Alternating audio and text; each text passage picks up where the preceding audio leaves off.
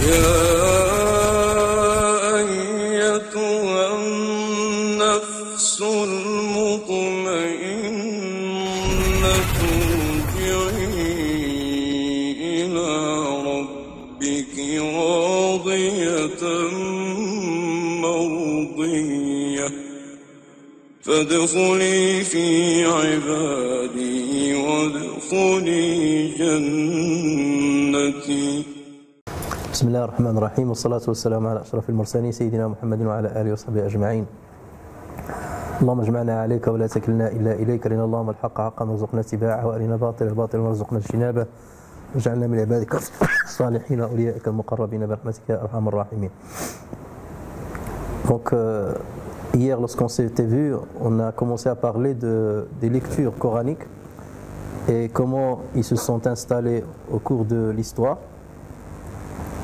Alors pour rappel, on avait dit que les compagnons ont transmis la lecture du Coran de la même manière qu'ils l'ont entendu du prophète sallallahu alayhi wa sallam. Ensuite, mais il y avait parmi les compagnons ceux qui étaient vraiment spécialisés ou beaucoup plus au point sur cette question que d'autres. Et eux-mêmes ont transmis à plusieurs compagnons ou bien plusieurs successeurs qui eux-mêmes ont commencé à transmettre les lectures coraniques. Ce qu'il faut savoir, c'est que lorsqu'on avait parlé de l'assemblage du Coran à l'époque de Uthman ibn Affan, ce dernier, lorsqu'il a envoyé les différentes copies dans les différentes contrées, avec chaque copie, il a envoyé un lecteur. Et donc le lecteur avait pour objectif d'enseigner le Coran dans le pays auquel il l'avait envoyé. Donc déjà, ça vous montre qu'il y avait un dispatching des compagnons par rapport à plusieurs contrées pour enseigner le Coran. Et ça se faisait en même temps avec les lectures coraniques. Alors on avait dit que le premier qui a parlé de cette lecture ou qui a validé cette lecture, c'est Ibn Mujahid, rahimahullah, qui était un grand lecteur et qui a voyagé dans plusieurs pays, qui a lu sur énormément de lecteurs. Et c'est comme ça qu'il a validé cette lecture, ce qu'on appelle les lectures al-Qira'at as-sab' al-mutawatira, les 7 lectures notoires.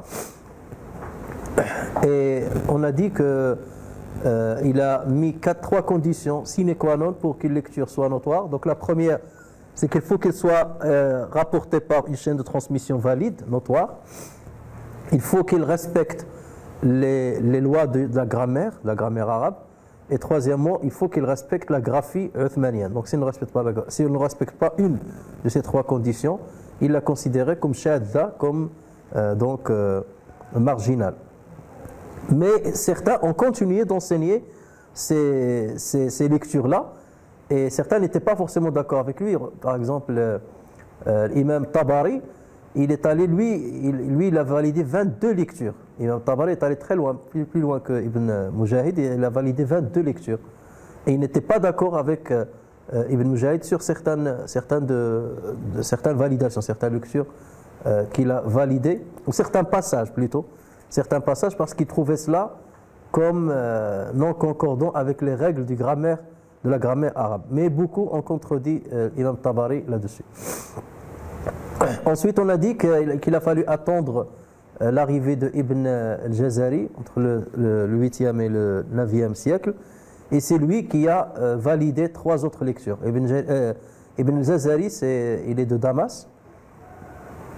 Et il a énormément voyagé, notamment en Égypte. Il a appris en Égypte et il a enseigné aussi en Égypte. Il a voyagé à Isfahan, il est devenu juge, il est resté là-bas entre 9 et 11 années. Il est parti dans plusieurs pays où il a enseigné. Et donc lui a rajouté 3 lectures notoires. Et il a complété un petit peu ce qu'a fait Ibn Mujahid ainsi que Abu Amr ad-Dani. Et ensuite, donc, on a commencé à passer en revue les 7 lectures. Donc, on a parlé de la lecture de l'imam Nafi', ensuite qui est de Médine, avec ses 2 rapporteurs qui sont Qaloun et Warsh. Et ensuite, on a parlé de la lecture de Ibn Kathir al-Makki, avec ses 2 lecteurs, mais ses 2 rapporteurs qui sont Al-Bizzi et Qunbul. C'est ça ce qu'on avait vu. Oui. Voilà. Et maintenant, donc, on va voir la troisième lecture, c'est celle de Abu Amr al-Basri. En fait, Ibn Mujahid a choisi pour chaque contrée un lecteur, sauf pour le Koufa où il a choisi 3 lecteurs. Donc il a choisi un lecteur à Médine, un lecteur à la Mecque, donc en l'occurrence c'est Ibn Kathir. Il a choisi un lecteur à Al-Basra, un lecteur à Damas, et ensuite les restants, les 3 autres, il les a choisis de Al-Koufa, où la lecture était beaucoup plus développée.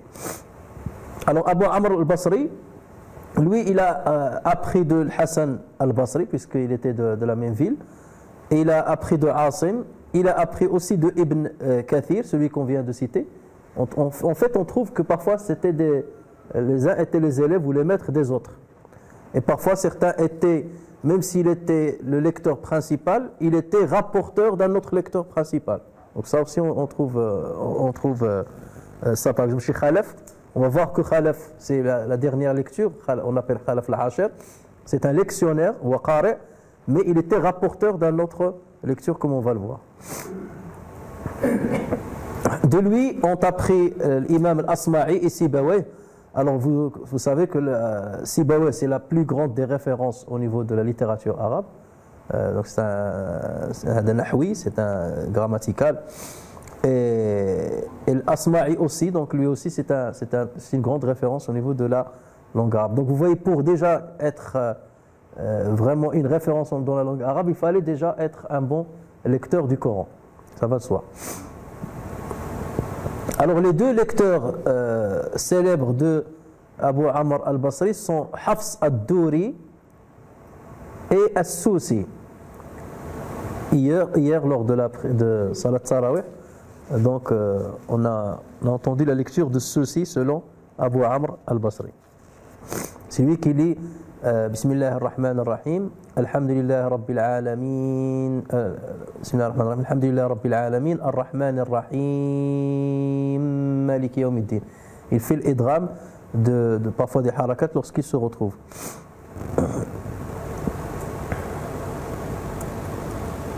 Ensuite, le 4e lecteur, c'est Ibn Amir al-Shami, donc de Damas.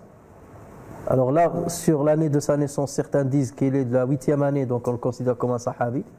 Et pour d'autres, pour la majorité, il parle de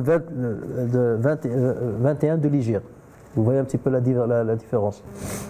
Et il est mort en l'an 118.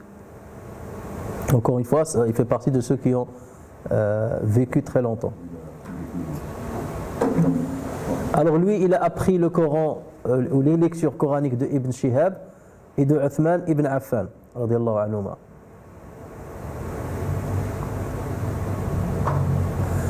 Et pendant plusieurs années, il était l'imam de Masjid al-Amawi à Damas.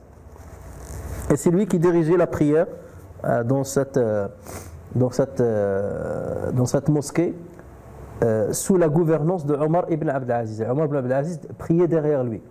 Et rien que cela, ça montre la notoriété qu'avait ce grand imam. Et en même temps, Omar ibn Abd al-Aziz l'avait nommé comme juge, kana qadiyan. Vous voyez bien que c'était des érudits qui rassemblaient plusieurs sciences en même temps. Ces 2 rapporteurs célèbres sont Hisham et Ibn Dhakwan. Alors Hisham, il est né en 153, donc c'est pas son élève direct, mais c'est un rapporteur. Donc il a étudié chez ses élèves. Lui, il est né en 153 de l'Hégire, mort en 245. Et Ibn Dhakwan, il est né beaucoup plus tard encore, 173 de l'Hégire, et mort en 242 de l'Hégire.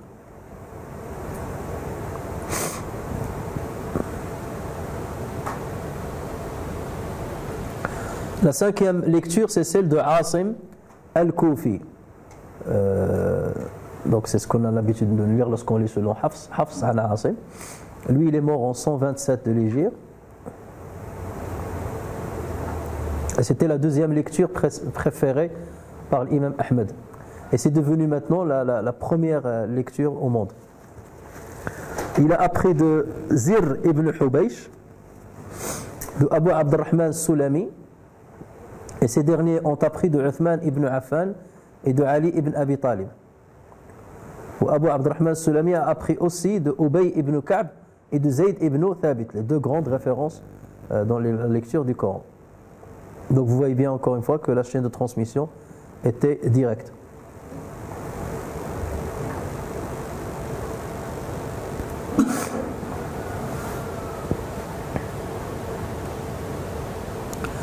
Ces deux rapporteurs célèbres sont Hafs al-Bazzar, qui est né en l'an 90 de l'Hégire et il est mort en 180 de l'Hégire, et Shu'ba, né en 95 de l'Hégire et mort en 193 de l'Hégire. Là aussi, vous voyez, il a vécu 98 ans.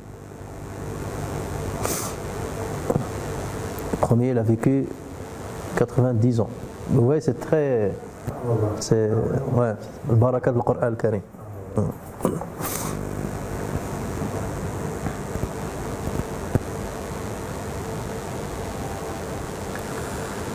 L'imam Hafs était le beau-fils de Asim. Il s'est marié avec sa mère. Il avait perdu son père et donc Asim s'est marié avec sa mère. Et donc il était toujours à ses côtés.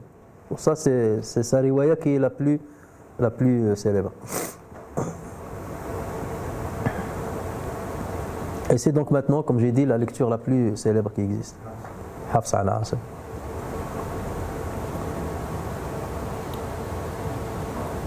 Comment ça se fait qu'elle est là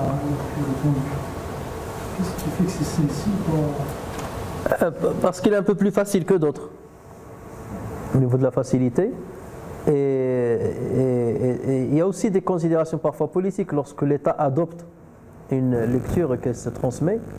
Donc ça aussi, ça peut... Et le Koufa aussi, c'est là où il y avait beaucoup de lecteurs aussi. Donc les élèves et tout ça, il y en avait énormément. Et donc c'est elle qui s'est transmise le plus.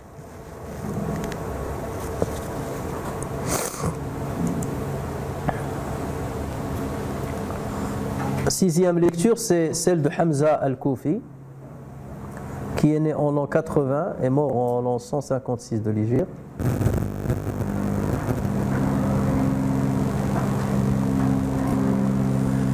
Lui, il a appris de l'A'mash et de Ja'far al-Sadiq. Alors vous savez que Ja'far al-Sadiq, c'est qui? C'est un des petits-fils de Ali ibn Abi Talib, du prophète sallallahu alayhi wa sallam. Il est considéré comme un imam des chiites. Mais à l'époque, on ne parlait pas encore de chiites sunnites. Cette notion-là n'existait pas.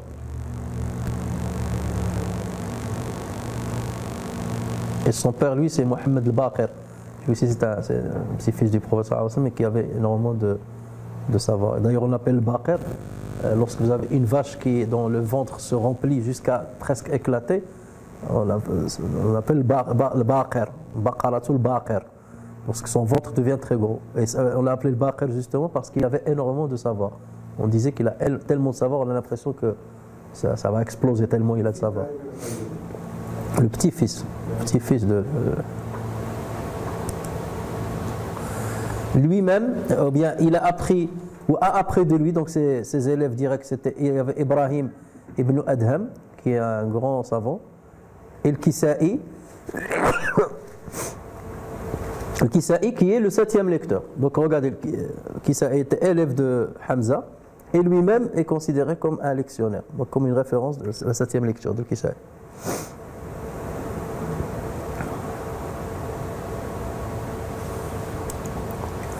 Ces deux rapporteurs célèbres sont Khalaf et Khalad. Et Khalaf, c'est lui qui va être validé plus tard par Ibn Jazari, et ça va être le dernier lecteur. C'est pour ça qu'on l'appelle Khalaf al-Ashir, c'est-à-dire le dernier des 10. Donc lui, en même temps, il est Rawi, donc il est rapporteur sur Hamza, et sa lecture, sa propre lecture, est considérée comme une lecture notoire.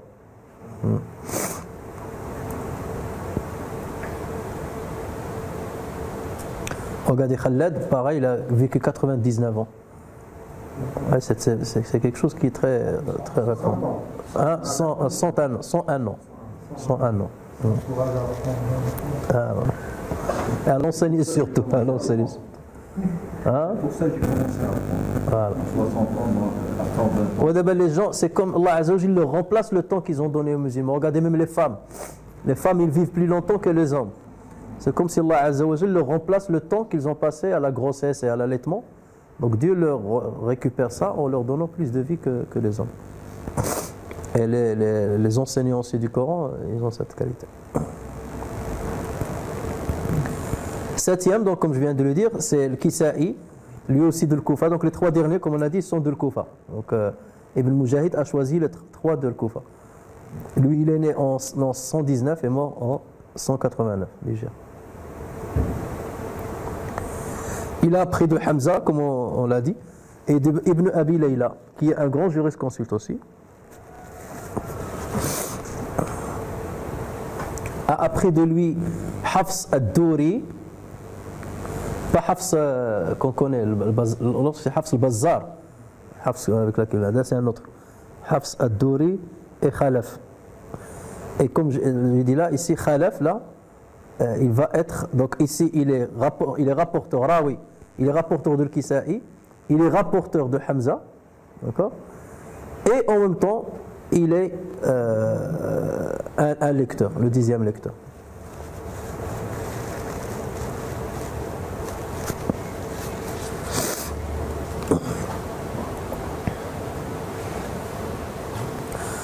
Ces deux rapporteurs célèbres sont Abu al-Harith, mais bon, ici Khalaf n'est pas le rapporteur direct, hein, le Rasmi.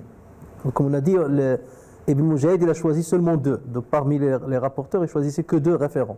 Ici, donc, il a choisi Abu al-Harith et Ad-Douri.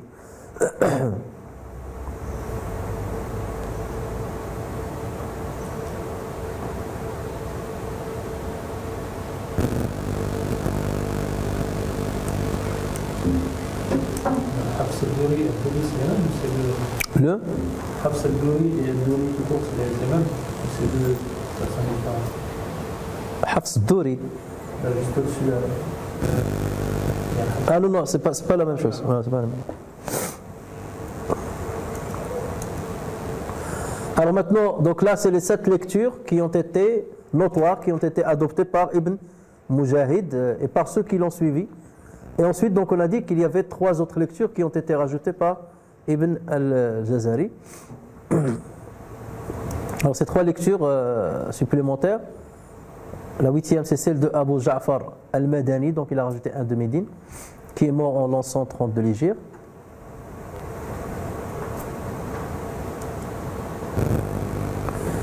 Lui, il a appris directement de Abdullah ibn Abbas et de Abu Huraira, directement de grands compagnons. Et on avait dit que Ibn Abbas avait appris de Ubay ibn Ka'b. Ces deux rapporteurs célèbres sont Isa ibn Wardan, mort en l'an 160 de l'Hégire, et Sulayman ibn Jammaz, mort en l'an 170 de l'Hégire.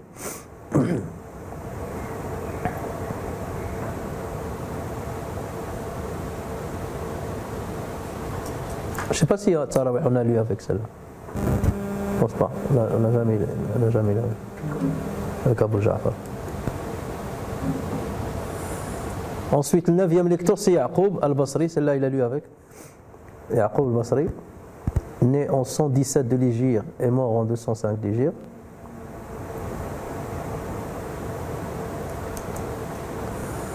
Il a appris de grands successeurs comme Abi Ashhab, qui lui-même a appris de Abu Musa al-Ash'ari.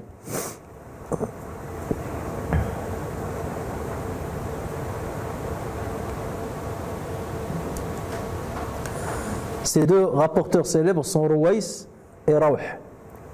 Ruwais et Rawh. L'un mort en 238 de l'Hégire, l'autre en 234 de l'Hégire.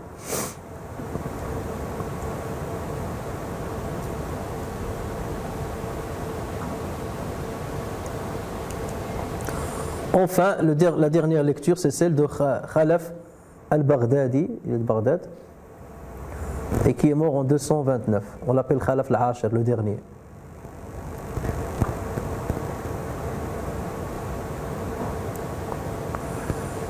Lui, il a appris de Hamza, on l'a dit tout à l'heure, Hamza qui est le 6e lecteur. Et ces deux rapporteurs célèbres sont Ishaq Al-Warraq et Idriss Al-Haddad.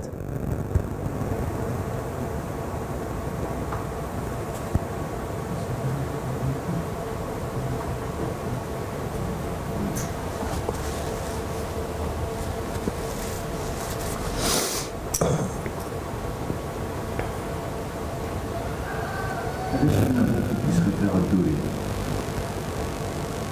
Il y a plein de lectures qui viennent sur Fatwa avec Doé. Il se réfère. C'est un rapporteur.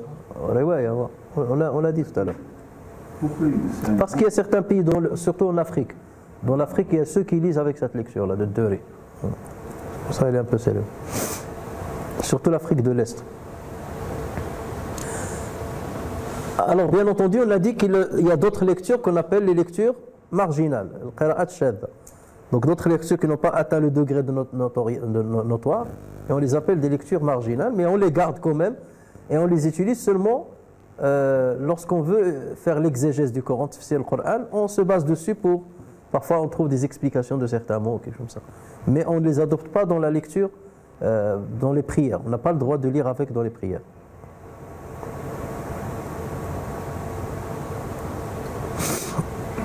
Voilà comment on a posé ça, parce que comme je vous avais dit, il y a certains qui lisaient avec les autres lectures. Et celui qui a joué le rôle le plus important pour bloquer la lecture des autres qira'at, c'est Ibn Mujahid, rahimahullah. Parce qu'il avait un pouvoir politique.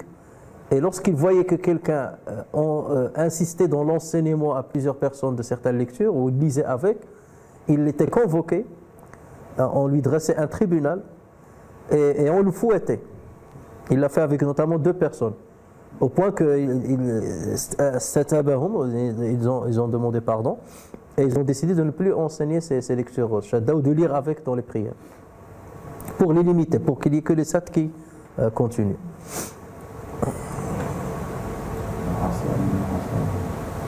Alors les plus complètes et célèbres parmi elles sont celles de 4 imams. C'est-à-dire qira'at shadda célèbre et qui quelque part ils ont un poids quand même. C'est pas, lorsqu'on dit shadda, c'est pas forgé. Ils ont leur place. Il y a de fortes chances que le professeur ait lu avec, mais de cette manière. Mais ils n'ont pas atteint le degré de notoriété comme les autres. Le degré notoire au niveau de la chaîne de transmission notamment. La lecture de Hassan al-Basri, donc il avait sa propre lecture. Enfin, sa propre lecture, ça ne veut pas dire que c'est lui qui l'a imaginé, de ce qu'il a appris lui-même des compagnons. Donc il y avait une lecture où dans certains passages, il différait du reste. Hassan al-Basri, on a souvent parlé de lui. Il y a la lecture de Yahya al-Yazidi.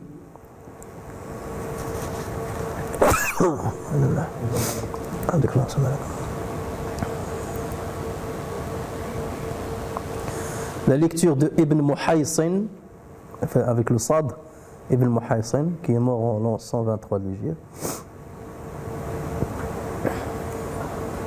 Et la lecture de l'A'mash, mort en l'an 148 de l'Hégire.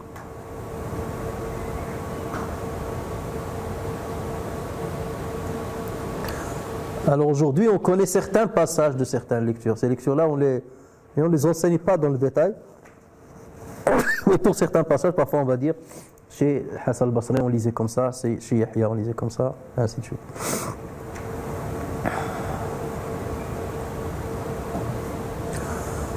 Alors si on veut faire la subdivision, vous avez ça. Donc vous avez le Qurra al-Ashr, les 10 lecteurs. Voilà, donc vous avez Asim ibn Amir, Abu Omar, ibn Kathir, Nafi', Hamza al-Kisa'i, Abu Ja'far. Ensuite, vous avez chacun à 2. On a choisi 2 rapporteurs pour chaque imam. Et ensuite, au départ, on choisissait, parfois on allait, ce qu'on appelle tariq. Tariq, c'est à partir les élèves de ceux-là, ou les référents de ceux-là, de Rouat. Donc là, parfois on trouve 2, on peut aller jusqu'à 2. Au départ, on choisissait un seul, mais Ibn Jazari, il a choisi 2 par Rawi. Donc on arrive à combien? Si on choisit 2 par Rawi, on arrive à 40. 40 tariq, ce qu'on appelle tariq, 40. Et Ibn Jazari, il est encore allé plus loin. Il est allé plus loin et pour certains rouat, il avait plusieurs rapporteurs. Au point que lui, il a référencé 980 tariq. 980 tariq. Mais là, pour y arriver, ça va être, c'est difficile. Alors maintenant, on va parler de quelques notions pour que vous entendez souvent, et comme ça va être plus clair. Donc chacun des 10 lecteurs, qu'on appelle al-qari', a 2 transmetteurs, qu'on appelle al-rawi, au singulier, au rouat, rawiyan, rawi. Chaque transmetteur a 2 voix, ce qu'on appelle toroq. Donc, et tout ce qui vient après, ça s'appelle toroq. Tout ce qui vient après, même si vous avez cette ramification-là, on parle toujours de toroq. Mais dès qu'on dit riwaya, c'est le rapporteur direct de qari'. Qira'a, riwaya, tariq. C'est comme l'exemple, on va le voir de toute façon.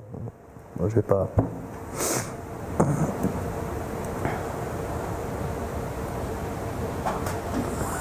Lorsque vous entendez parler de Shatibiya, Shatibiya, c'est quoi, on l'a dit hier, c'est le livre qui s'appelle Hirzul Amani wa Juhud Tahani. C'est une poésie écrite par l'imam Shatibi dans laquelle il reprend le livre de Abi Amr Dani, de Taysir fi Qira'at Sab', et qui détaille les 7 lectures validées par Ibn Mujahid. Ça, on l'a dit hier. C'est seulement qu'on me rappelle. Et on a dit qu'il y a combien de vers dans Shatibiya? 173 et je dis pas, je les ai pas. 1173.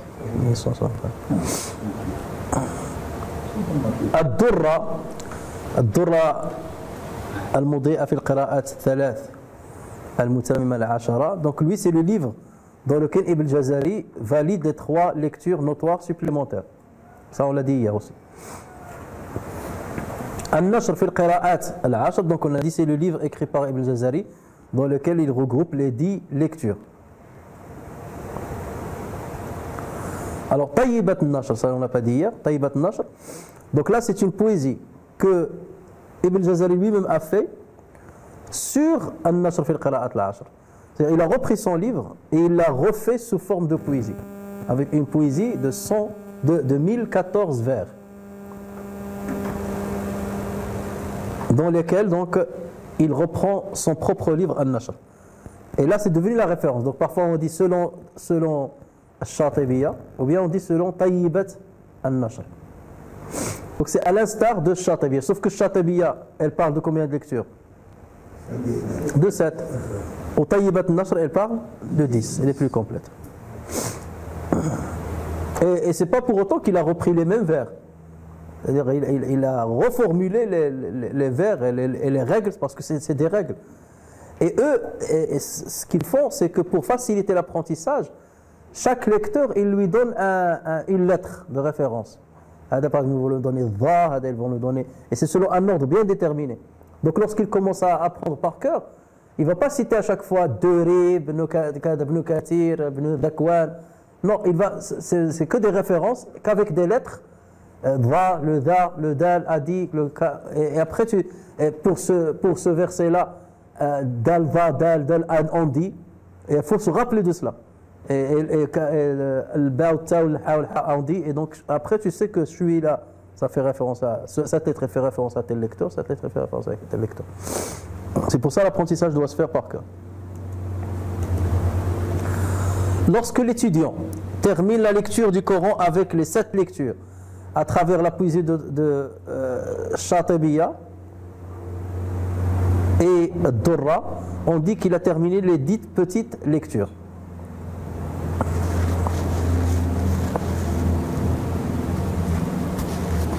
Donc d'abord les 7 lectures, ensuite le Durra, donc ensuite les... Donc c'est ça ce qu'on dit le Qira'at al-Ashr al-Sughra. On commence par le Qira'at al-Sab', donc là c'est Shatibiya. Lorsqu'on rajoute Durra, on rajoute les 3 autres. Donc là on va dire qu'il a terminé Qira'at al-Ashr al-Sughra.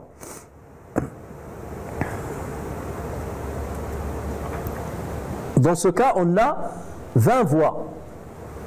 Pourquoi? Parce qu'on choisit un tariq par rawi. Comme on a dit, pour chaque qari, il a 2 rawat. Donc on a 10 lecteurs. 2 rawat, ça fait 20. Et pour chaque rawi, il prend seulement une tariq, une voix. Une seule référence. Donc là, il n'y en a que 20 voix.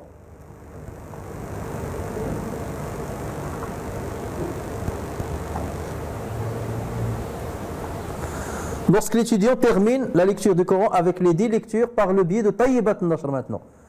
Donc une fois qu'il termine cela, il faut qu'il aille apprendre par cœur, cette fois-ci Tayyibat al-Nashr, qui est beaucoup plus complète. Et donc là on dit qu'il a terminé les 10 grandes lectures. Qira'at al-Ashr al-Kubra. Al-Kubra. Pourquoi on dit al-Kubra? Parce que dans Tayyibat al-Nashr, il a choisi 2 toroq, 2 voix pour chaque rawi. Donc forcément on arrive à combien en fin de compte? On arrive à 40.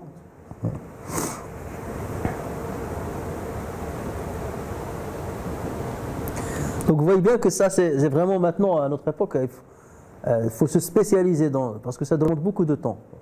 Et surtout d'abord pour ne pas oublier tout cela, donc même si les gens ils maîtrisent cela, c'est pas pour autant que lorsqu'il va lire, il ne va pas commettre des erreurs, forcément, parce que faut beaucoup d'entraînement. À moins que c'est un prof, il va enseigner ça tous les jours et tout ça, donc ça permet d'engrammer et tout. Mais pour maîtriser dans la lecture, là bien entendu, c'est un autre stade. Donc là, il y a ceux qui apprennent la théorie bien comme il faut, mais bien entendu, lorsque tu apprends la théorie, tu apprends après la pratique, parce que tu viens devant le prof et tu commences à lui réciter le Coran, depuis le début jusqu'à la fin, et chaque verset, tu le lis à répétition, tu prends le verset, et tu le lis à répétition dans l'ordre qu'on a vu, Qira'at al-Ashr, dans l'ordre là. Et avec chaque rawi. Mais toi, tu ne vas pas lui dire ça c'est rawi inter. C'est impressionnant. J'ai vu comment j'ai assisté une fois à un enseignement comme ça. Donc il prend le verset, par exemple, pas le Fatiha, donc il va dire Alhamdulillahi Rabbil Alamin. S'il n'y a pas une autre version, il va la lire une seule fois. Ar-Rahman Ar-Rahim. Après, il va relire quelles sont les versions qui existent dans Rahman Ar-Rahim. Donc s'il n'y a qu'une, par exemple, celle de ceci, donc il va dire Ar-Rahman Ar-Rahim Maliki Yawmiddin. Après il va dire Maliki Yawmiddin. Ensuite il va dire Maliki Yawmiddin et ainsi de suite.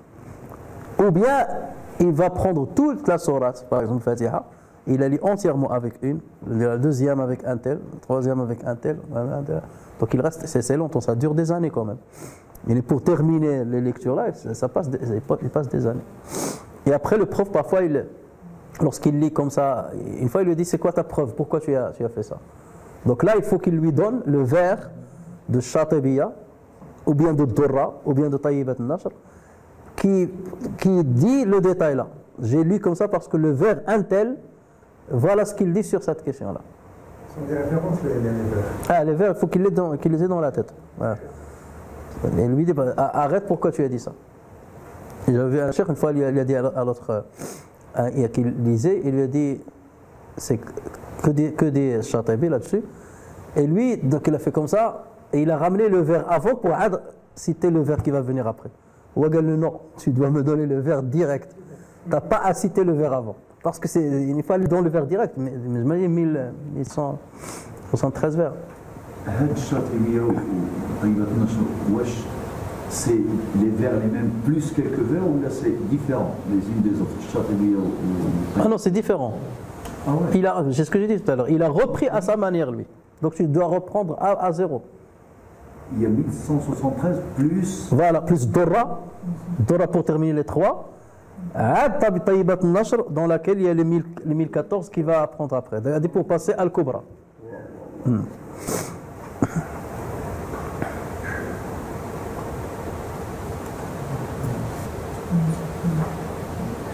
C'est pour ça que les livres sont Dans ce cas, on a 80 voix. Donc avec Tayyibat al-Nashr, donc on arrive à 80 voix, puisqu'on a dit, il y a les 40, et puisque pour Rouat, il y en a 10, et Toroq, il y en a 20. Et sur Toroq, ils prennent, donc, pour chaque Tariq, ils prennent 2, ils prennent 2, et ça arrive jusqu'à 80. 2 voix pour chacune des 40 voix, pour chacune des 20 voix des 10 petites lectures ayant 2 voix. Ça, on l'a au Châteaubriand, par exemple. Tu vas commencer avec 1100. Non, ça commence petit, il faut. Non, hein? Les AOU, ils sont sur Ah, ils n'existent pas sur la toile. Hein. Si, tu vas sur la toile, tu mets Châteaubriand, tu vas trouver, tu la trouveras. Voilà. Mais avec tous les détails pris par Ibn Jazari dans les voies, on arrive à 980 voies. Donc lorsqu'il rentre dans les ramifications, il arrive à 980 voies. Alors lorsqu'on dit 980 voies, c'est comme j'ai dit, c'est certains passages ou certains mots de certains versets qui vont être lus de différentes manières. Mais lui, il va te dire, celui-là c'est selon un tel, celui-là c'est selon un tel, celui-là c'est selon un tel. Donc imaginez Ibn Jazari, les détails dans lesquels il est rentré, c'est pour ça qu'on le considère comme du jamais, c'est-à-dire la référence des références dans cette science-là, dans l'histoire de l'islam. La référence des références. Parmi les lecteurs, au moment de sa mort, sa fille, lorsqu'il était en train d'agonir, sa fille, elle pleurait. Elle lui a dit, ma fille, pourquoi tu pleures? Je te jure que ton père a terminé la lecture du Coran 70 000 fois dans le petit coin que tu vois là-bas. Il a terminé, il a fait 70 000 fois dans le petit coin qu'il y a là-bas. Ouais. C'est-à-dire qu'il avait l'espérance, parce qu'on dit lorsqu'on meurt, au moment de la mort, il faut avoir plus d'espérance que de peur.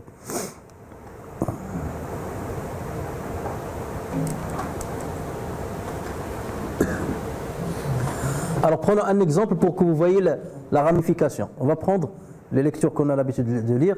Riwayat Hafs an Asim. Donc lorsqu'on dit riwaya, on ne dit pas qira'at Asim, on dit qira'at Asim ou bien riwayat Hafs.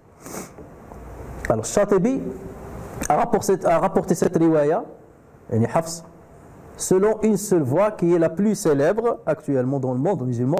On parle de riwayat Hafs sur Asim par la voix d'Ash-Shatibiyya. D'accord?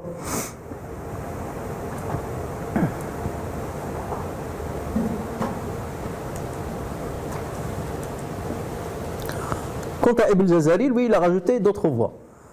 Donc dans Tayyibat al-Nashr, il a choisi deux grandes voix. On parle de riwayat Hafs sur Asim par la voix de Tayyibat al-Nashr. On a cité hier un exemple lorsque vous me dites al-Mad al-Munfasil. Parfois, donc certains disent qu'il faut le faire avec prolongation. Ya ayyuha alladhina amanu. L'autre on dit on peut le faire avec sans prolongation. Ya ayyuha alladhina amanu.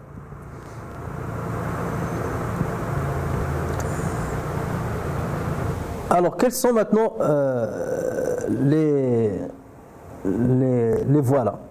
La première, c'est celle de Ubayd ibn al-Sabbah. Ou ibn al-Sabbah. Ubayd ibn al-Sabbah. Alors, donc Ubayd, là, on est dans le. Donc, Ubayd ibn al-Sabbah qui est rapporté sur Hafs, qui lui-même a rapporté sur Asim. D'accord? On est bien d'accord jusque-là. Alors, Ubayd ibn al-Sabbah,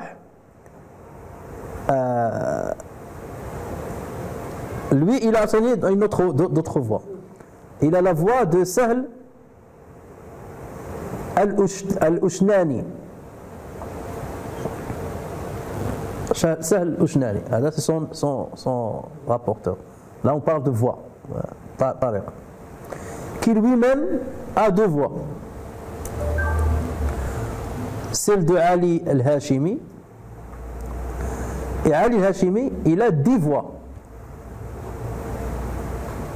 D'accord? Donc là, regardez, c'est-à-dire le grand spécialiste, il va te dire Hafs an Asim. Mais je vais vous lire selon Ubayd ibn al-Sabbah, Ubayd ibn al-Sabbah an Hafs an Asim. Et je vais vous lire selon la version de Sahl al-Ushnani sur Ubayd ibn al-Sabbah, sur Hafs, sur Asim. Et de Sahl al-Ushnani, il va donner donc 2 voix. Donc Ali al-Hashimi. Et de al-Hashimi, 10. Donc regardez, c'est pour ça qu'on arrive à 980.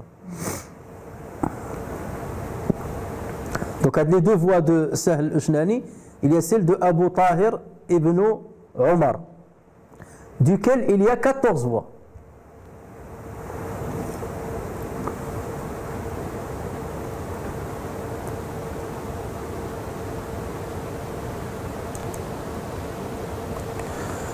On va venir à la deuxième tariq. Donc là, le premier tariq, c'est Ubayd ibn al-Sabbah. Et là, c'est Amr ibn al-Sabbah. Alors de ce dernier, il y a deux voix, pareilles que l'autre. Celle de Abu Ja'far al-Fafi, on le surnomme le fil, l'éléphant, duquel il y a 14 voix. Et celle de Zar'an al-Baghdadi, duquel il y a 14 voix.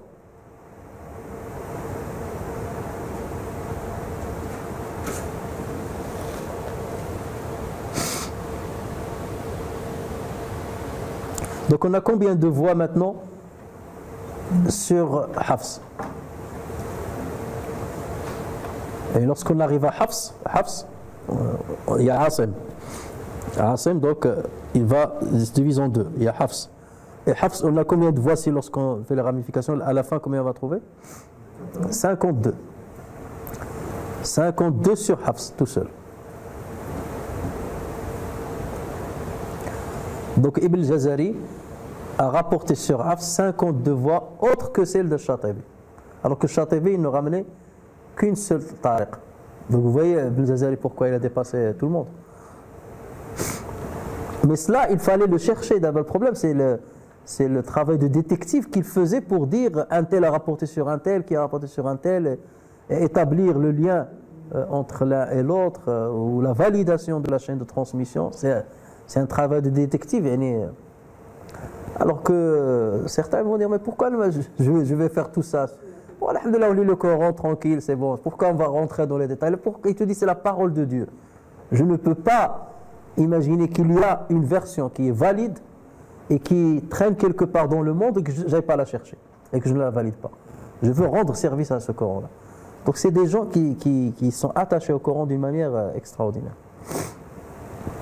On ne parle pas seulement de la mémoire ou la compréhension, ils ont dépassé tout cela.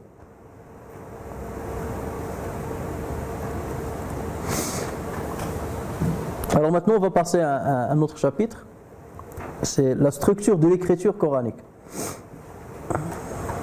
Donc là on a terminé avec le qira'at. Donc là je crois que c'est clair dans votre esprit comment les subdivisions sont faites et ainsi de suite. Et vu qu'on fait de la pratique maintenant sur Ramadan, maintenant ça rentre dans les mœurs en fait. Maintenant, beaucoup, ça ne devient plus voilà, quelque chose d'extraordinaire. Les gens ont pris l'habitude.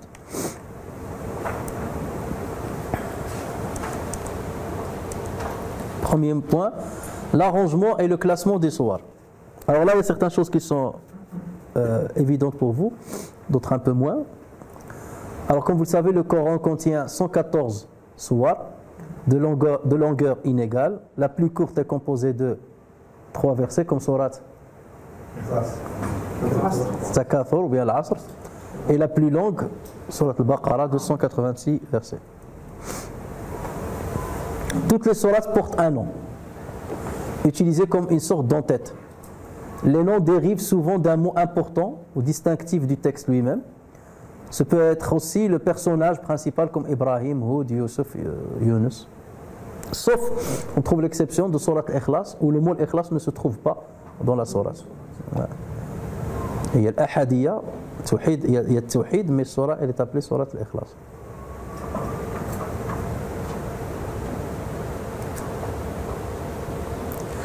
Plusieurs hadiths prouvent que les noms des sourates étaient connus à l'époque du prophète sallallahu alayhi wa sallam.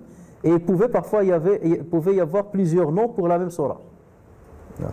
Comme surat Tawbah, on l'appelait aussi surat Bara'a.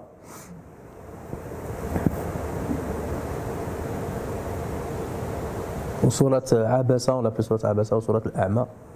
Donc, et ça déjà à l'époque du prophète sallallahu alayhi wa sallam, donc on donnait des noms aux surahs et c'était connu chez les compagnons.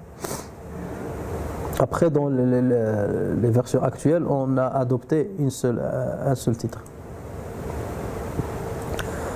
Les savants ont regroupé les sourates en 4 catégories. Donc, ils ont classé les sourates, tous les 114 sourates du Coran en 4 catégories.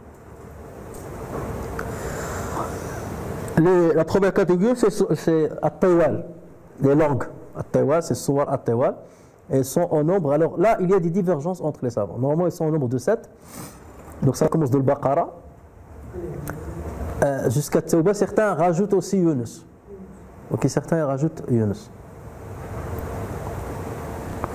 Parce que certains ils considèrent que l'Anfal et Tawbah c'est une seule sourate. On verra cela. Et certains rajoutent, donc ils considèrent 8 et certains retranchent, ils considèrent 8 en rajoutant Yunus et certains la retranchent, mais la majorité la retranche. La deuxième catégorie c'est le mi'oun. Le mi'oun ça vient de mi'a, ça veut dire 100. Donc c'est celle qui comporte approximativement 100 versets, un peu plus ou un peu moins. Et donc là ça va de sourate 10, sourate Yunus jusqu'à sourate Fatir, sourate 35. Donc on l'appelle al-mi'oun.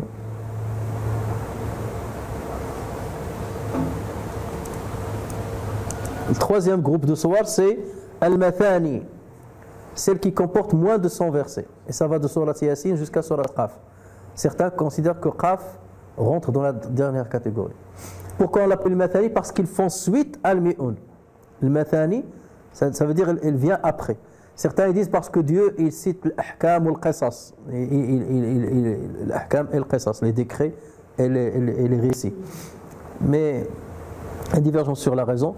Mais en tout cas, le mathani, le plus probable c'est qu'elle fait suite. Le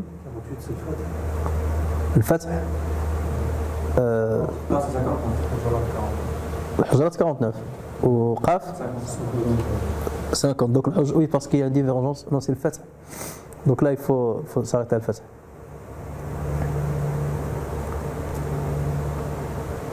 Donc il faut mettre le Fath au lieu de Qaf. Ensuite, la quatrième catégorie, c'est Mufassal. Et c'est la dernière section du Coran. Alors pour certains, elle commence à partir de Qaf. Et pour d'autres, elle commence à partir de l'Hujurat. Donc il y a une divergence. Pourquoi on l'appelle Mufassal? Le Fawasil, c'est les intercalaires. Les intercalaires. Les Fawasil dans ces sourates-là, c'est quoi? C'est le Bismillah, Bismillah ar-Rahman ar-Rahim. C'est ça le Fasila. C'est l'intercalaire entre les sourates. Puisqu'ils se répètent beaucoup, donc ils sont petites les sourates. Donc Bismillah ar-Rahman ar-Rahim, il vient souvent. Donc on l'appelle Al-Mufassal.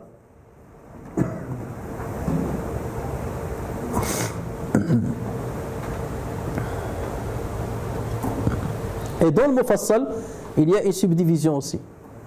Il y a ce qu'on appelle Tawal Mufassal, Awasit ou Awsat al-Mufassal et Qisar al-Mufassal. Et là aussi il y a divergence à quelle limite ça se situe. Donc je vous ai cité un exemple. Ceux qui considèrent que Tawal al-Mufassal commence de l'Hujurat jusqu'à Naba, il y a d'autres qui disent que ça va jusqu'à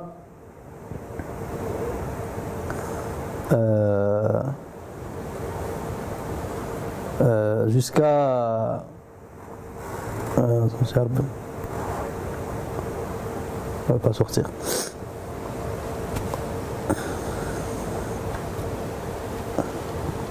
Ça va venir.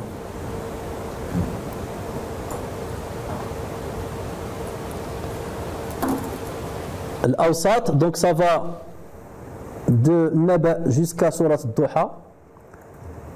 Et certains considèrent que ce n'est pas Ad-Duha à la limite, mais Surat Al-Bayyina. Jusqu'à Surat Al-Bayyina.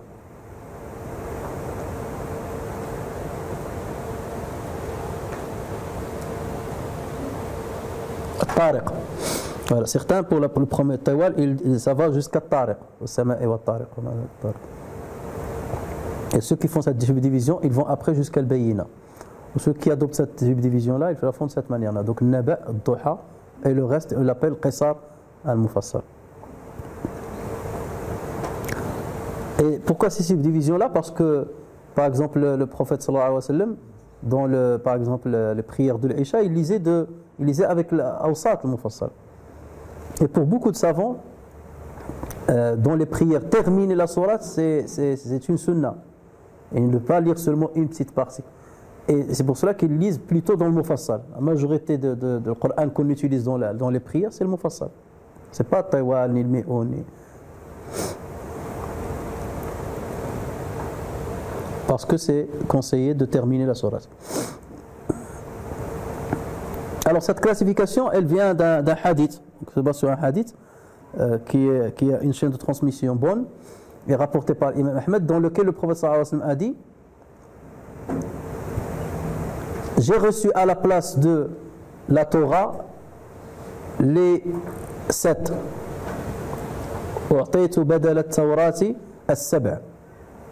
Et j'ai reçu à la place des psaumes al-mi'in.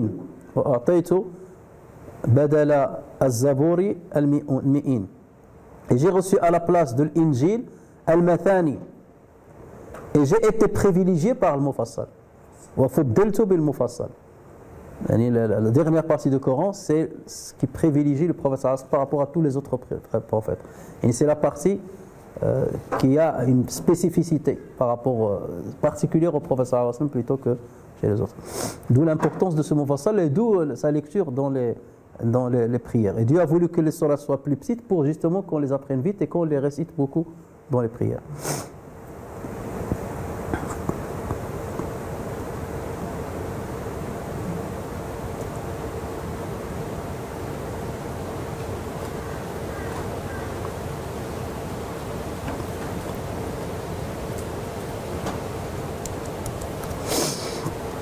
Alors, l'ordre des versets dans chaque sourate fut déterminé par le prophète sallallahu alayhi wa sallam. Donc on dit tawqifi. Tawqifi, ça veut dire il n'est pas le résultat d'un ijtihad. Ça vient de Dieu. Donc personne n'a donné son avis là-dessus. À chaque révélation, le prophète sallallahu alayhi wa sallam indiquait où s'intercalait dans la sourate et dans le Coran ou les nouveaux versets révélés. On verra dans un hadith de Uthman ibn Affan comment il détaille cela, comment ça se passait. On verra le prophète sallallahu alayhi wa sallam, dès qu'il reçoit les versets, comme vous le savez, ils n'étaient pas dans un ordre chronologique, ils ne sont pas classés dans l'ordre chronologique. Donc lui, lorsqu'il reçoit des versets, un groupe ou une, en général c'est rare que ça dépasse 10 versets, le prophète sallallahu alayhi wa sallam, il appelait les scribes, il leur disait voilà, ces versets-là, je viens de recevoir ces versets-là, il les cite, écrivez-les, et comme ils écrivent sur des papiers, sur des parchemins ou autres, et mettez-les dans les versets entre les versets là et les versets là, ou à la fin de tel verset, ou au début de telle sourate. Donc c'est lui qui leur disait comment les préparer. Et c'est pour ça qu'on a dit que le Coran n'a pas été rassemblé du vivant du prophète sallallahu alayhi wa sallam, parce qu'on ne savait pas quand est-ce que ça va se terminer. On attendait toujours, même lui il ne savait pas. Il y a eu divergence sur les fins des versets qui découpent le texte coranique. Et les savants ne sont pas d'accord sur lorsqu'on s'arrête sur un verset. Est-ce que je m'arrête là ou je m'arrête un peu plus loin ou avant? Il n'y a pas l'unanimité des savants. Dans 74 sourates, il y a des divergences sur là où s'arrête le verset. Donc sur 74 sourates, parmi les 114. C'est pour ça que dans certaines lectures, il n'y a pas le même verset. Oui, voilà. Donc, même entre Warsh et Hafs, lorsque vous prenez le Coran, vous ne trouvez pas les mêmes endroits où on s'arrête, les mêmes versets. Et le nombre de versets, il diffère. Par exemple, Surat al-Ikhlas. Qul huwallahu ahad, Allahu samad, lam yalid wa lam yulad, lam yakul lahu kufuwan. Là, il y a divergence. Est-ce que c'est 4 versets ou 5? Certains ont dit 4, c'est ce qu'on trouve maintenant. Qul huwallahu ahad, Allahu samad, lam yalid wa lam yulad, wa lam yakul lahu kufuwan ahad. D'autres, ils ont dit il y a 5. Qul huwallahu ahad, Allahu samad, lam yalid wa lam yulad, wa lam yakul lahu kufuwan ahad. Donc ils ont séparé lam yalid wa lam yulad en deux. Lam yalid wa lam yulad.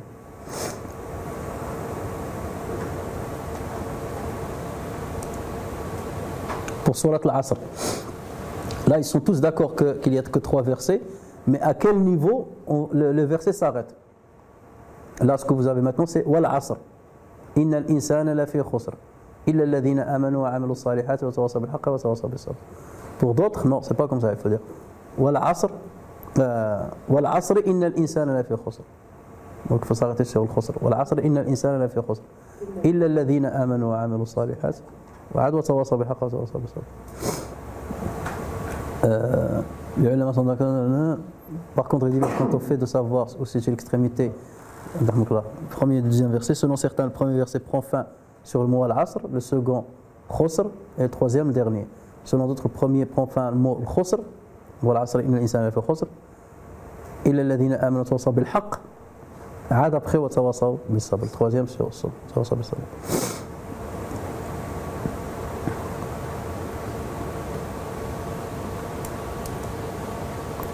Bien entendu, ce genre de divergence n'entraîne aucune différence par rapport au texte coranique lui-même. Donc là, parce que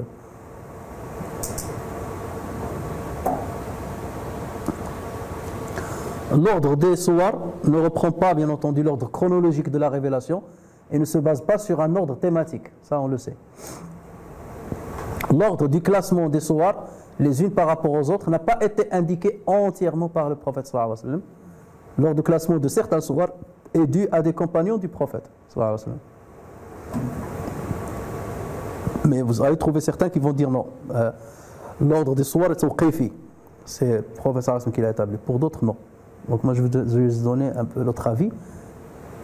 Et notamment pour les preuves, c'est que, rappelez-vous, lorsqu'on a vu dans un autre cours, on avait vu que l'ordre des soirs selon Ibn Mas'ud, c'était Al-Baqara, Nisa, Al-Imran, Al-A'raf et Al-An'am. Là c'était chez Ibn Mas'ud. Chez Ubay ibn Ka'b, c'était Al-Baqara, Nisa, Al-Imran. Jusque-là, ils étaient d'accord tous les deux. Après vient Al-An'am et ensuite Al-A'raf. Donc là, vu qu'il y avait cette divergence-là, ça laisse entendre que le prophète sallallahu n'a pas établi ça. D'autres disent non, le prophète sallallahu lors de la dernière révision, il a établi l'ordre. Et c'est cet ordre-là qu'il fallait prendre, c'est celui qu'on a aujourd'hui. Donc là, c'est une divergence entre les savants. La deuxième preuve, c'est concernant Surat al-Anfal et Tawbah, ce qui prouve qu'ils n'ont pas été mis que c'est les compagnons qui les ont mises dans cet ordre-là. C'est un hadith qui est rapporté sur Ibn Abbas, qui lui-même raconte, il a dit: j'ai dit à Uthman, qu'est-ce qui vous a poussé à prendre Surat al-Anfal, qui fait partie des Mathani? Donc vous voyez, la notion de Mathani existait déjà.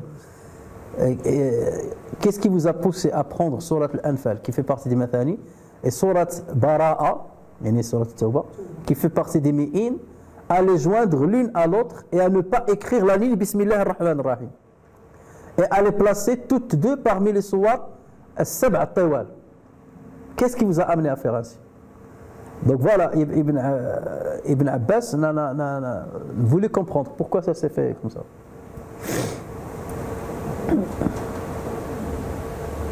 Uthman me dit, donc c'est Ibn Abbas qui parle, il dit: Uthman me dit, le prophète, comme ça, le prophète sallallahu alayhi wa sallam recevait en révélation plusieurs sourates. Donc là ça répond à ce qu'on a dit tout à l'heure, comment il classifiait, comment il mettait les versets.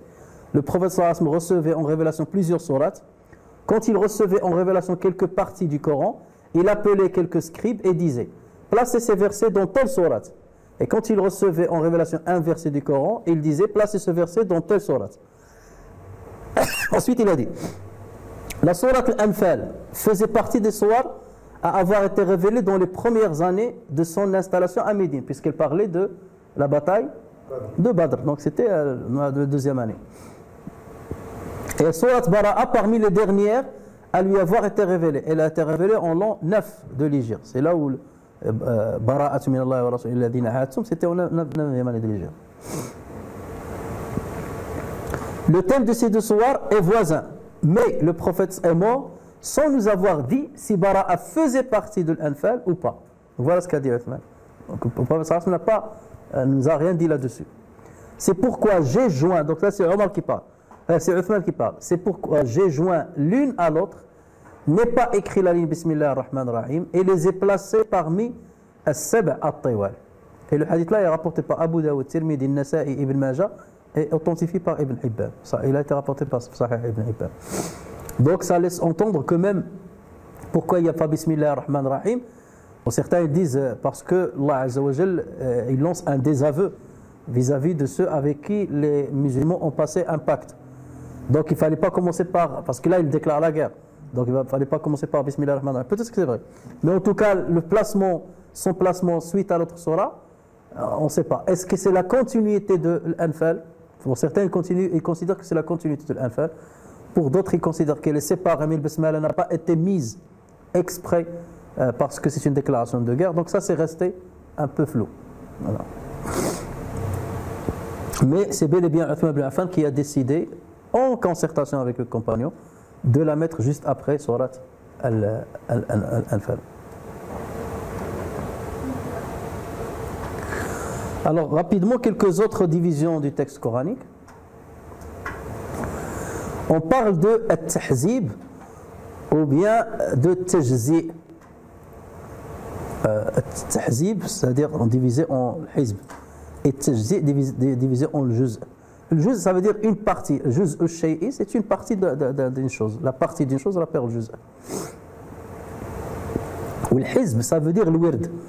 Le hizb, ça veut dire ce que je lis chaque jour. C'est ça ce que ça veut dire hizb, dans sa définition littéraire. Le hizb, ça veut dire le wird. Ma aqra'uhu kulla yawm. D'accord? Hein? Pourquoi là, ça vient du hizb? L'ahzab, c'est quoi l'ahzab? L'ahzab, c'est comme les coalisés. Le hizb, c'est comme un parti politique, le hizb, les coalisés. Donc c'est un ensemble en fait, c'est un ensemble homogène. Donc c'est pour ça le wird al-yawmi, c'est ce que je lis dans chaque jour, on l'appelle le hizb.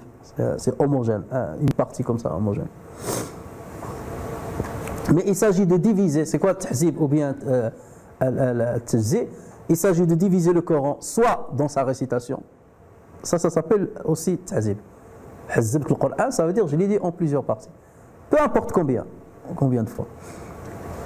Et ou bien mettre des signes dans le Coran pour dire ça c'est un hizb, ça c'est un juz. Ce qu'on voit aujourd'hui, ça c'est le mettre par écrit dans le mushaf, ou bien subdiviser toi-même la lecture du Coran, tahzib selon comme tu veux. Je vais lire le Coran en 4 jours, je vais lire le Coran en 5 jours, غنحزب في 5 أيام, غنحزب في 10 أيام, غنحزب في شهر, ainsi de suite. Bien entendu, terminer la lecture du Coran est en une période précise, est une sunna qui était répandue à l'époque des compagnons. Donc, les compagnons ils lisaient le Coran tous les jours. Chaque jour, ils lisaient une partie du Coran, de sorte à le terminer en quelques jours. Il ne faut jamais le terminer, il ne faut pas le terminer en moins de 3 jours.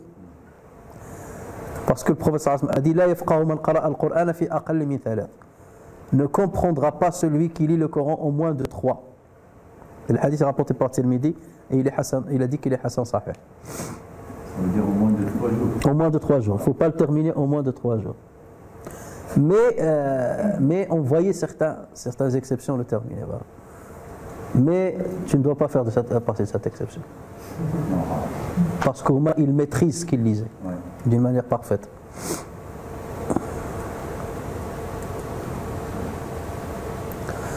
إسحاق ابن راهويه dit ولا نحب للرجل أن يأتي عليه أكثر من 40 يوما ولم يقرأ القرآن. On n'aime pas qu'un homme passe 40 jours, plus de 40 jours sans avoir lu tout le Coran.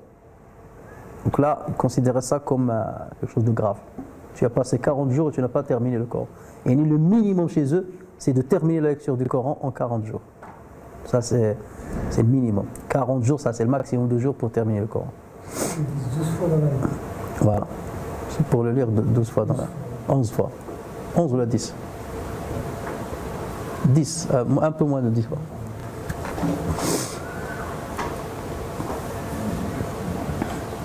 Aws ibn Hudayfa dit, c'est un long hadith où c'est des gens, une délégation qui est venue voir le prophète sallallahu alayhi wa sallam.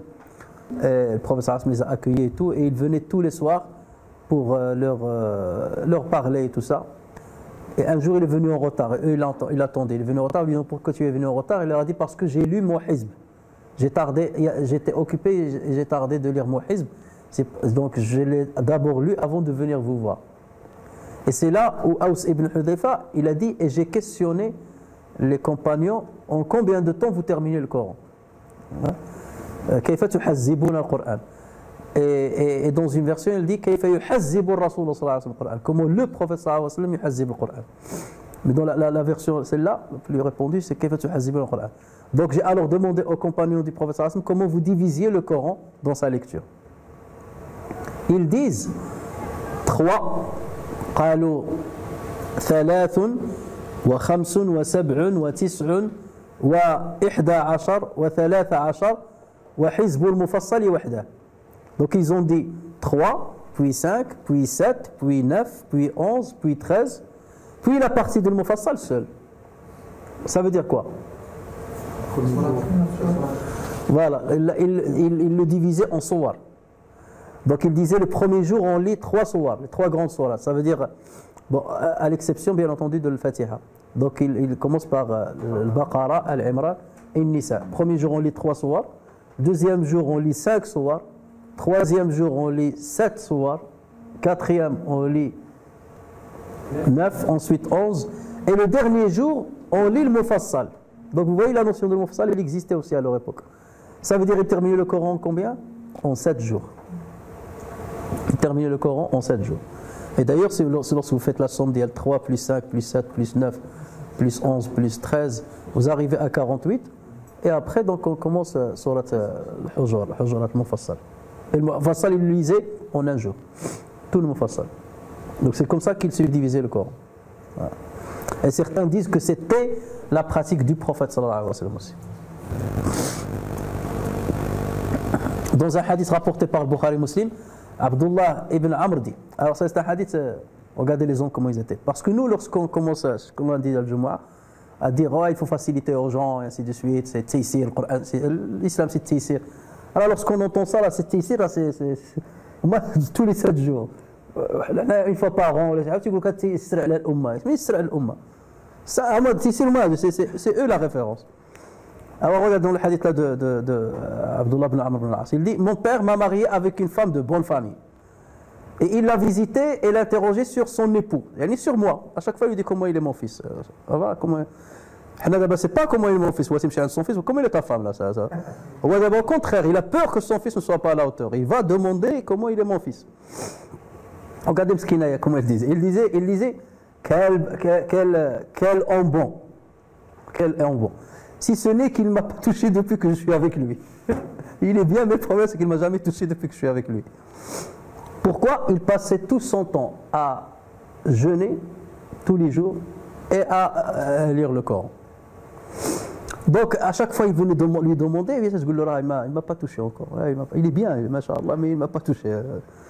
Et lorsque cela a duré, donc dans le temps, mon père a mentionné cela au prophète sallallahu alayhi wa sallam. Et le prophète sallallahu alayhi wa sallam me dit, apporte-le-moi.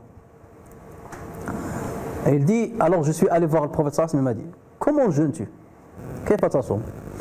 Je lui dis chaque jour. Regardez, non, normal. Comment tu jeûnes? Chaque jour. Il m'a dit, et en combien de temps termines-tu le Coran? J'ai dit chaque nuit. Tout simplement.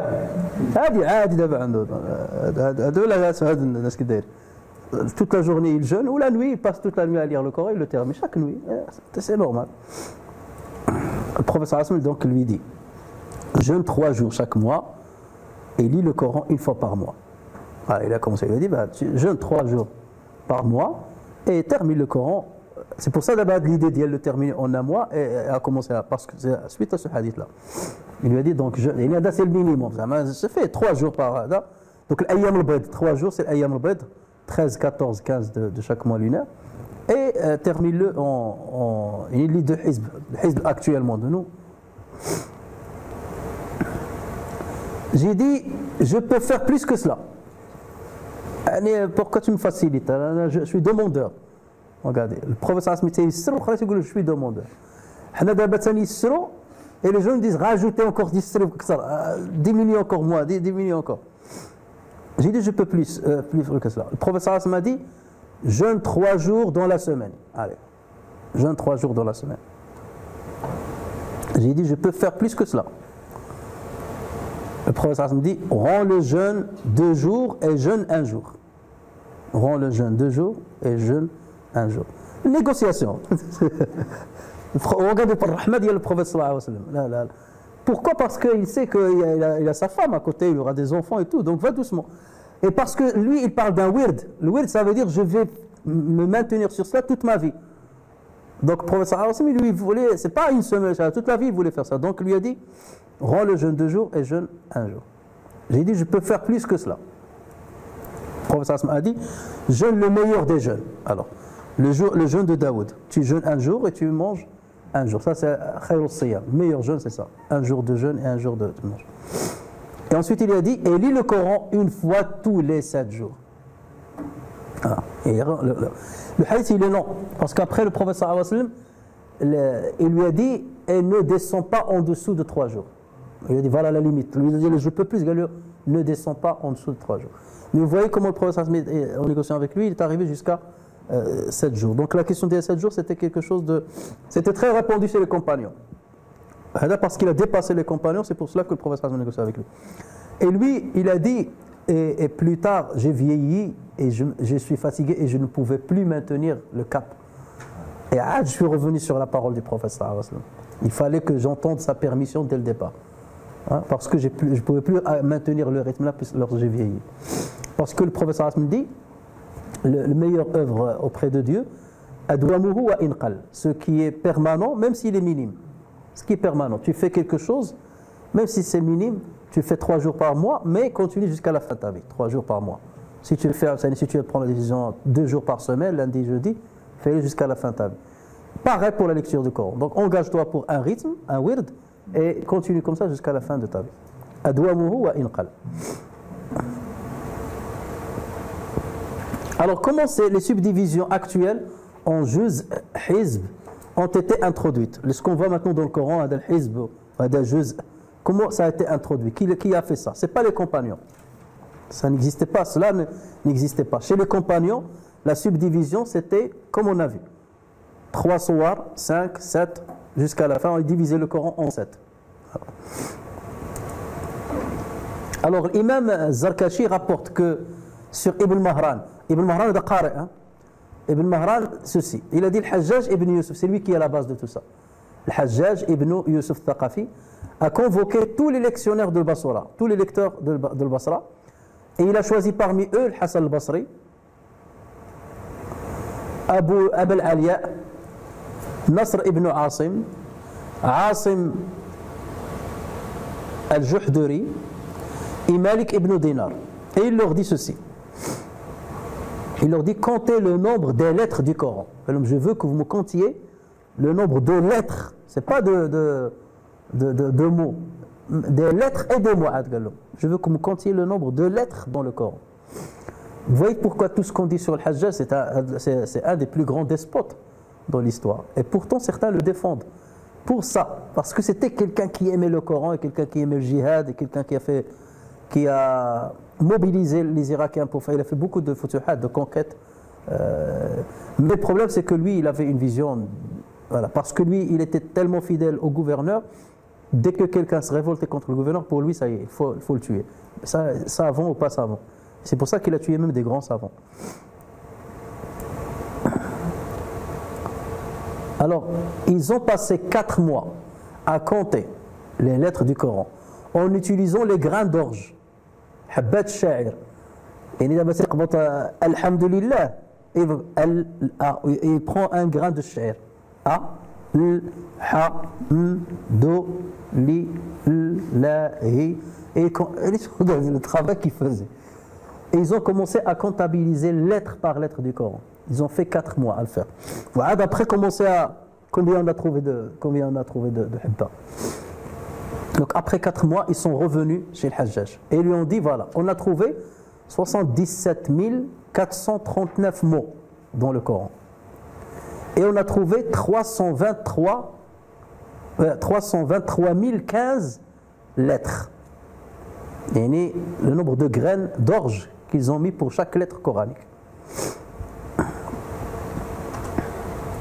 Et il y a une autre version, cette fois-ci, qui est rapportée par As-Sakhawi, sur Rachid al-Humani, qui faisait partie de cette délégation. Et lui, il a dit la même version. Il a dit, j'ai été parmi ceux qui étaient convoqués par le Hajjaj ibn Yusuf, avec les autres lecteurs, et il nous a demandé de comptabiliser toutes les lettres du Coran.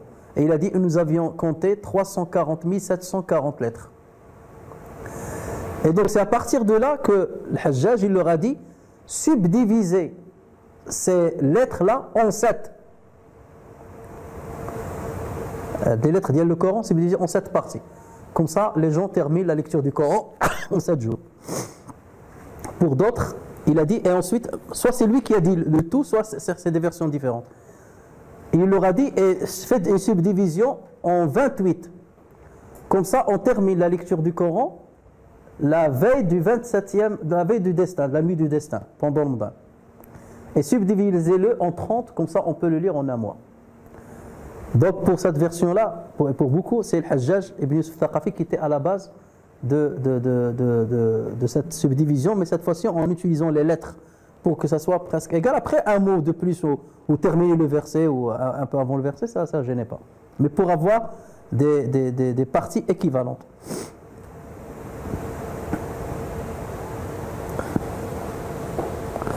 Et certains disent qu'il a même demandé à ce qu'on le subdivise en 60. C'est ce qu'on appelle aujourd'hui le hizb. Donc lui, il l'a fait par rapport au nombre de lettres. Mais on rapporte que la division actuelle que nous avons dans le Coran, en 30 juz, a été faite par Abu Bakr ibn Ayyash. Lui aussi c'est un qari qui est mort en l'an 193 de l'Hégire. Et il était un élève de Asim. Qara al-Qur'an an Asim. Donc beaucoup disent que c'est lui qui a fait la subdivision que nous avons actuellement. En 30 juz.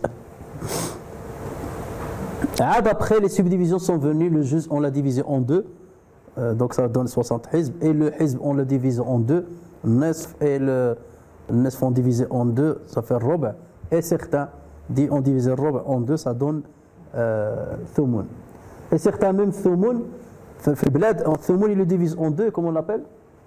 الخروبية. Voilà.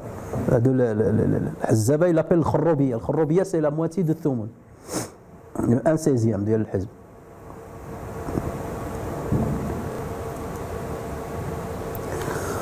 Toutefois, la majorité des savants ne sont pas d'accord avec cette subdivision. De lire en s'arrêtant sur les hizb, comment ce qu'on fait aujourd'hui.